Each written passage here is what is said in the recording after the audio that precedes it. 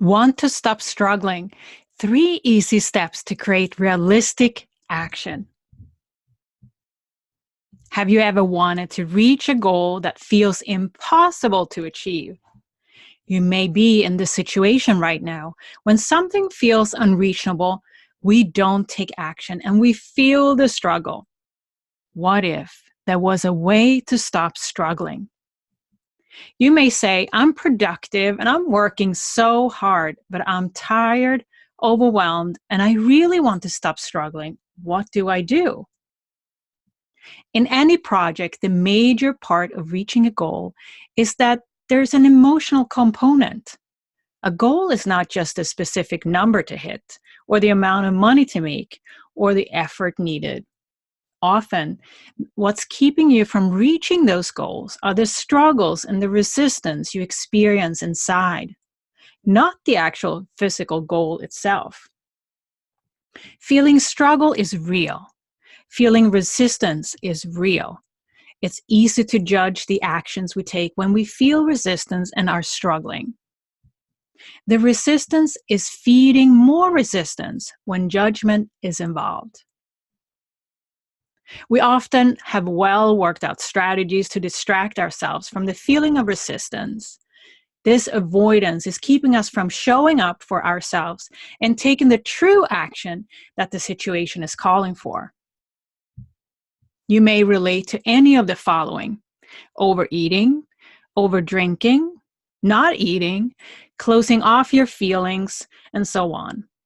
You know what your go-to is that gives a sense of comfort in the moment and distracts you from the truth. Your resistance can take the expression of opposites. It's either not doing or overdoing something, and both are resistance. As long as you keep distracting yourself, you're keeping yourself from moving forward towards the goal you really want to achieve. And most importantly, distraction is keeping you from your personal growth.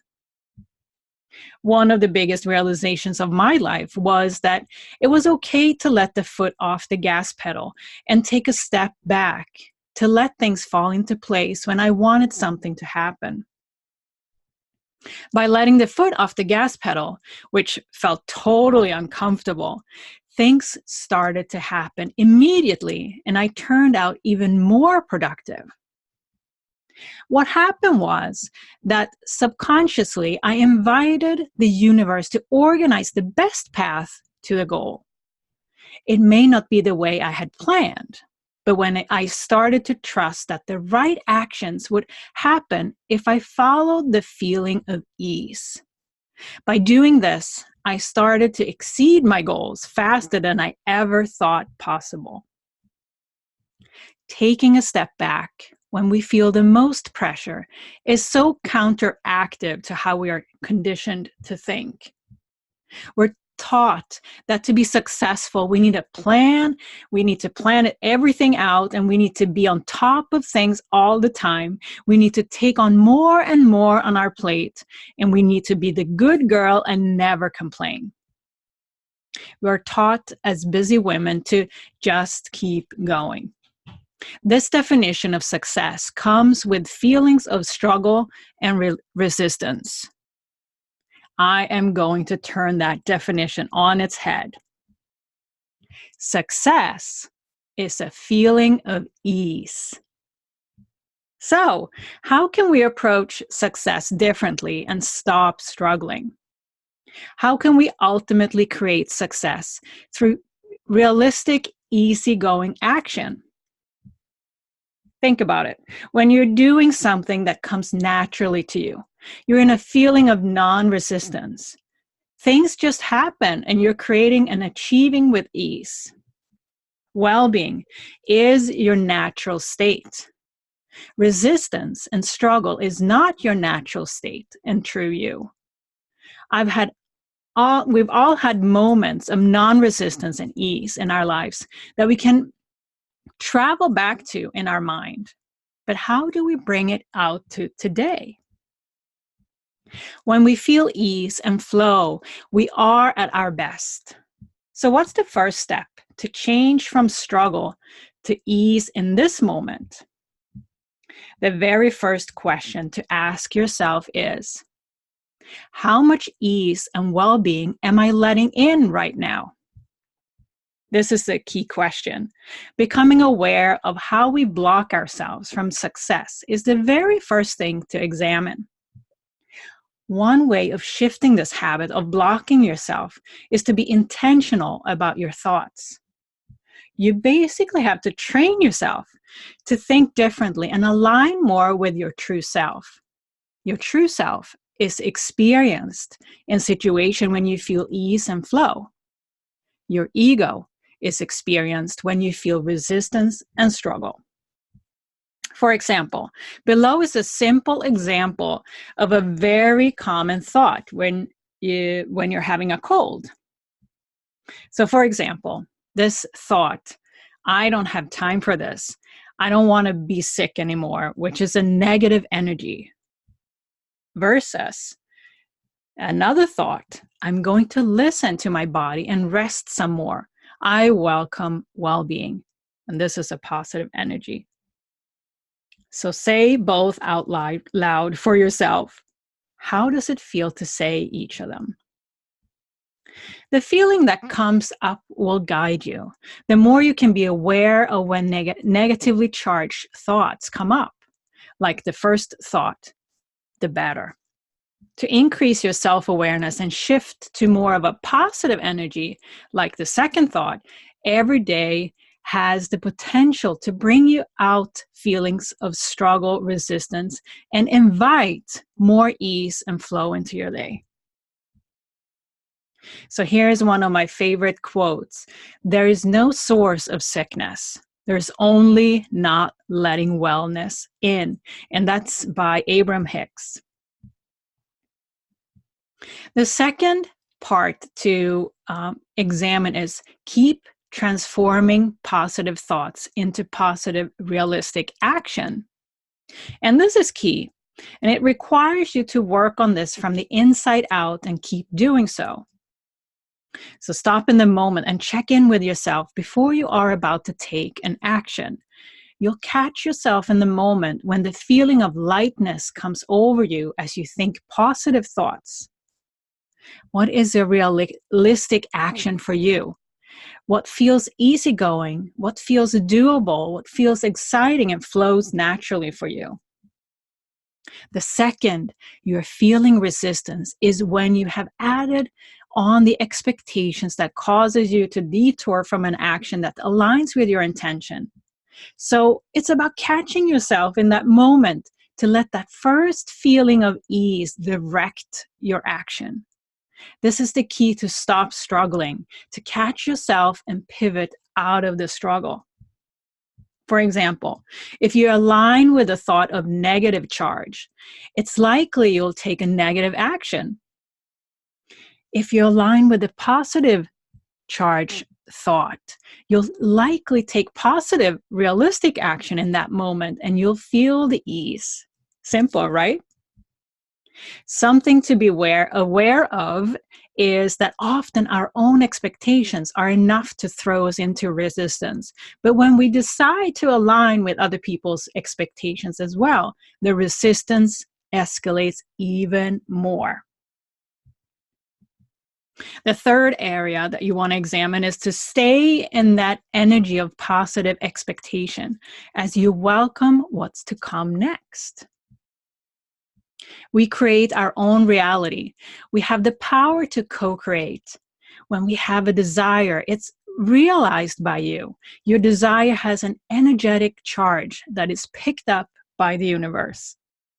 When you stay in this feeling of positive expectation, you automatically show up for any new experience with an energy of positive expectation.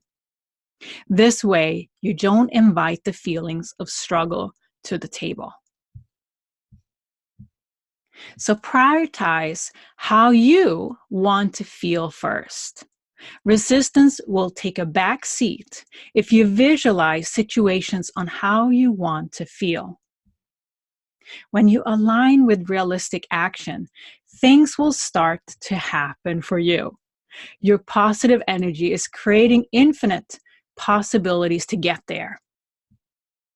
The key is to remind yourself of your intention daily. And from there, create small steps that feel easy to follow on through, instead of focusing on the huge goal only. So here's a tip. Set a timer for 20 minutes and complete something that will bring you one little step closer to where you want to be. That's 1,000,000 times better than keep struggling and doing nothing.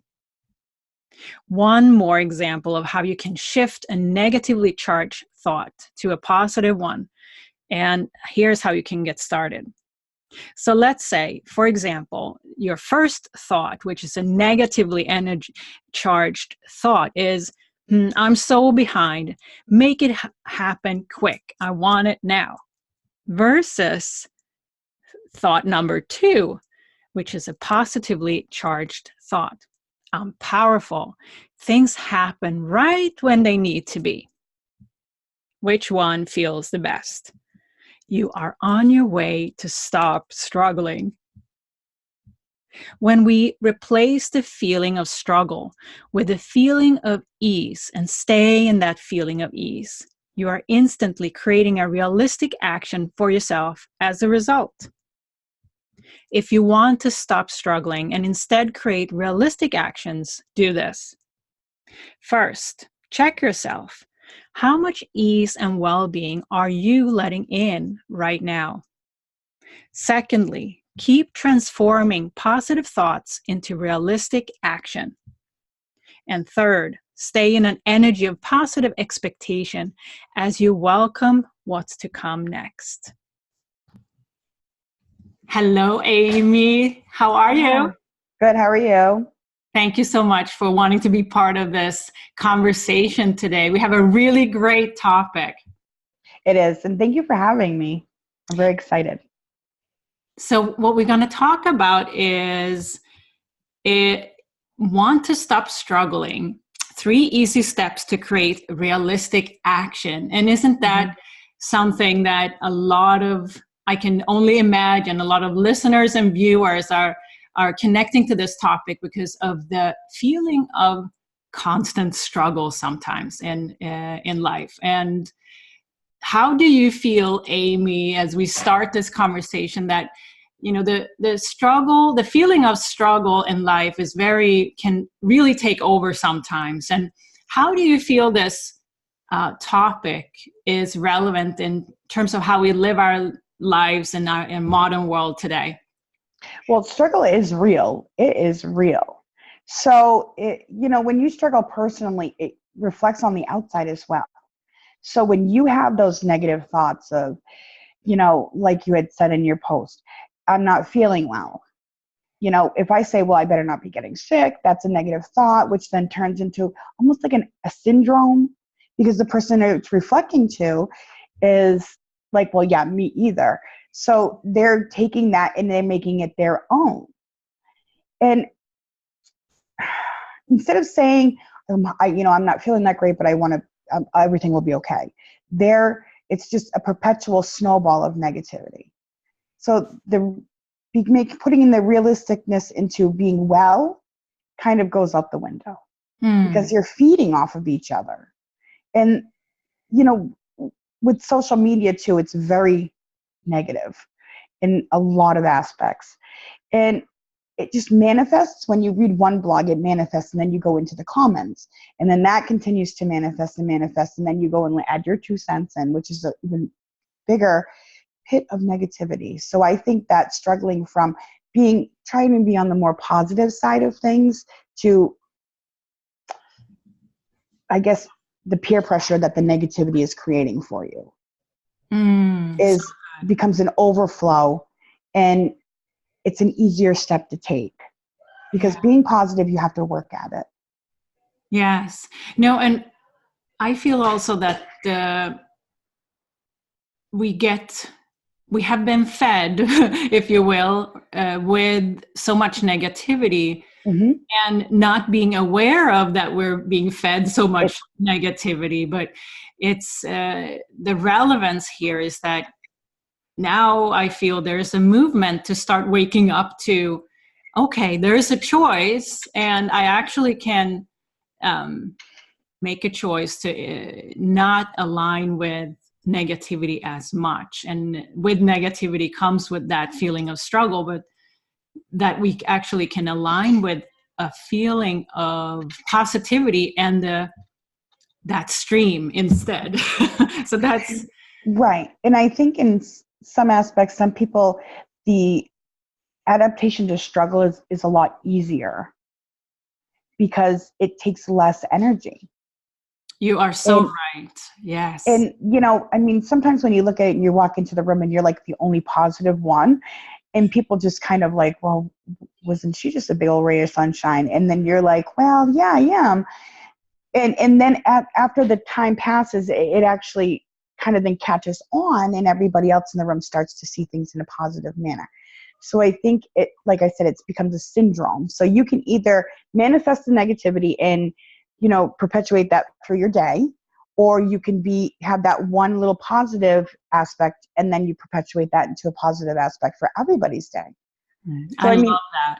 Yeah. you know, it's, I mean, there was, you know, people like to be more negative because they receive more attention. But that's a negative attention, and you kind of get sick of it after a while, and you're like, well, they only want the attention because that's why they're having negative behavior, or Mm. being negative in general. I would rather, and then you lose that. You lose either the friend or that group that you're associating with when you're consistently negative, because they will start to back away once they realize that you're sucking them into this vortex, Yes. because your struggle is real, but it's not real to them. Oh, this is so good. So, from your perspective, Amy, why do you think it's so common to align? And you mentioned it's easier to align with negativity than positivity, but also, you know, negativity also can take expression as, you know, destructive behavior that Mm-hmm. in turn keeps us really from what we want. From your perspective, why is it so common? Well, it's easier to focus on destructive behavior because it turns the focus on something other than ourselves. So Mm, you're angry today, not because it was your own fault for waking up late. You're angry today because the traffic was horrible on your way to work. That, you know, so you're distracting one real reason for another. And I think if you work on yourself, it's just that, it's work. You have to put that extra energy into it, because you're either just learning that you're not really a fan of your own self, or you have certain struggles that you don't even want to acknowledge yet. And having mm, to work on those, it's like breaking the piece, you know, down the brick wall. And the more you break down, the more you realize that, you know, this is a harder task that I really wanted to even put any energy into. So it's a lot easier to adopt an alternate behavior to make it yourself fulfilling, because it's really just a mask. You're not working on what really needs to be changed. And if you're not willing to change yourself, then you really have no right to complain. such great insight, Amy. So, yeah, no, and I think the heart of this topic of the perception of struggle that we choose to align with a lot of times, eh, if we flip that, the opportunity here is to transform these negative thoughts and behaviors to positive thoughts and behaviors, to Mm-hmm. invite more of that ease instead of the struggle in life. So, give an example when this has been useful for you, that transformation. So this, like I had said before, this topic has hit me on a personal level. So I have MS, and I was diagnosed 4 years ago. So before I was diagnosed, you know, I would go from 0 to 60 in a nanosecond. I felt powerful, and I could do this, and I could conquer the world, and, you know, it was mine. And then symptoms started happening, and then I got finally diagnosed, and then I go from 0 to 60 in 2 days. Like, there was a real big conflict for me personally, because that's not who I was, but it's who I was now becoming. So I had to take all that negative, that so rushed me so quickly that I wasn't expecting. There was no, let's get ready for it. No memo came. And once I realized that I had to acknowledge the MS and this is what it was going to be from now on, I had to start picking and choosing what I wanted to see positive out of my day. So trust me, I still get negative sometimes and I struggle with that, but I catch myself a lot easier. The flow is easier for me now. So, and it is a lot of work and dedication to yourself, which a lot of people don't want to do because they feel it's being selfish. However, at some point you have to be selfish for yourself. And to me, that was a struggle because I'm one of the least selfish persons. I love and give, but I've never taken the moment for myself. So this was kind of, I think, the universe's way of saying, hey, you need to slow down, because if you don't, there's going to be so many more worse things that are going to happen to you. Mm-hmm. And it was my reality check. So out of the, my perspective on the situation was, well, today, I wake up and I'm great, but I also woke up today and I was able to walk. And these are things that I progressively deal with on a daily basis, and so at the end of the day, I try to make sure that I'm the best person I can possibly be. Not only for myself, but for my family. Yes. And what it sounds like, what really happened for you is that you, first of all, really put the flashlight towards yourself and say, hey, I need to acknowledge what's going on. I have to be real with myself. But secondly, also go back to basics, basically. It really was. What is it that I really appreciate? What am I grateful for? And as soon as that flip happens and from a negative to positive thought, it just escalates from there in a positive way. So I love that. Yeah. And people are like, oh, well, you have MS. And I'm like, well, yeah, I have MS, but also I'm not, I'm fortunate. Most people don't say that, but I really am fortunate because I'm not at a point where I need significant medical treatment or intervention. There are folks out there that are like that, and I'm fortunate. So I'm a fortunate case of MS. And that to me helps my general life flow easier. And, there are days everybody gets frustrated and whatnot, but when I revert back into, well, this is the negative Amy, and then you need to be positive because you just did whatever by yourself, and some people can't do that. So that flow and ease becomes consistently easier, and it makes my life generally better. Oh, so wonderful. And for you, what does taking a step back and getting into that feeling of flow and trusting the universe, what does that mean to you? Well, before all of, the epiphany of, well, this is really where I need to be in life, instead of talk about it, it was really honest with me. I was scared and worried that would I be able to do it? Am I strong enough? Am I going to struggle? Am I going to fall flat on my face and totally be this negative ball of energy that rolls around like a Tasmanian devil? And I have failed. However, I catch myself, and I have learned that allowing the positive to happen, whether I want it to or not, is an affirmation to me that there will be greater outcomes, no matter how big or small they are. And a lot of times it's just small. You have to be grateful for the small things in life versus looking at the bigger picture. So to me, that allowed the flow to happen gracefully, because I'm not graceful at all. I'm a hot mess on roller skates. That's really how I say I am. But the gracefulness that just started to happen after I allowed that wall to come down and trust the universe that, you know what, I have a purpose and I'm going to be guided the right way, and I just need to let it happen. Oh, so good. So good. And the ease and flow as you describe it, the struggle doesn't really have a home then, right? Right. So that's so great. So what would you recommend to someone who's listening or viewing this right now and who's feeling that real struggle for themselves and that really are keeping themselves from letting that ease and flow into their life? What would you recommend? It's simple as it is sounds. Really try it. I mean, I used to be a super pessimist. You know, the glass isn't half full or empty. It's just got drink in it, so you're thirsty. Drink it. And you can't walk into it pessimistically. You just got to let it happen. And naturally it will come out and it will show you what your real purpose is. So give that, 20 minutes a day to reflect at the end of the day on what your good points were. And even if you start off with, well, this was, not a great part of my day, but then this happened. So you always start with the negative so you can back up with the positive instead of vice versa, because at the end of your whole thought process to yourself, you feel a lot better. You feel lighter.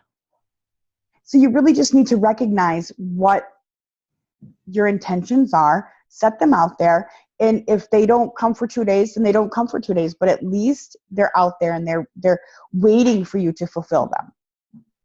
Such great advice, Amy. Really great, and so much wisdom in there. And you have to have faith in yourself. I mean, I know it's easier said than done sometimes, but really just have the faith. You know what you're capable of doing, so do it. And at times you're going to be your only cheerleader. And you just have to be that much louder.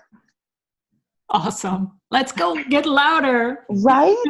That's how I've been seeing things. And it's a very big affirmation for me. This whole thing is becoming full circle, and my appreciation for it is immense.